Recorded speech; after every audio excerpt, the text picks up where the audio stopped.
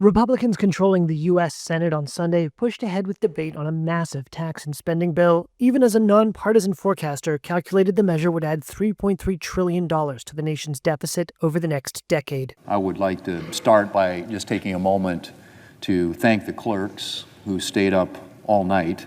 Republican Senate Majority Leader John Thune helped shepherd what President Donald Trump has dubbed the One Big Beautiful Bill. The One Big Beautiful Bill Act toward passage, despite stalwart Democratic opposition and the defections of two members of his own Senate faction. The bill would slash taxes, cut funding for health care programs for the poor, and boost military spending and border security. A version passed the U.S. House of Representatives last month, and some were already balking at the price tag. The Nonpartisan Congressional Budget Office, or CBO, on Sunday morning said the Senate version would cost an additional $800 billion. Republicans are about to pass the single most expensive bill in U.S. history. Here's Democratic Minority Leader Chuck Schumer.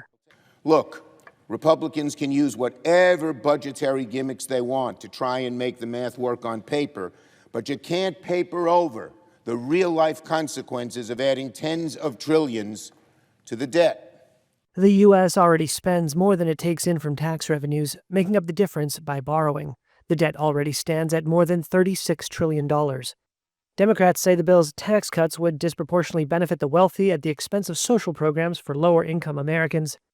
Republicans, who have long voiced concern about growing U.S. deficits and debt, have rejected the CBO's long-standing methodology to calculate the cost of legislation.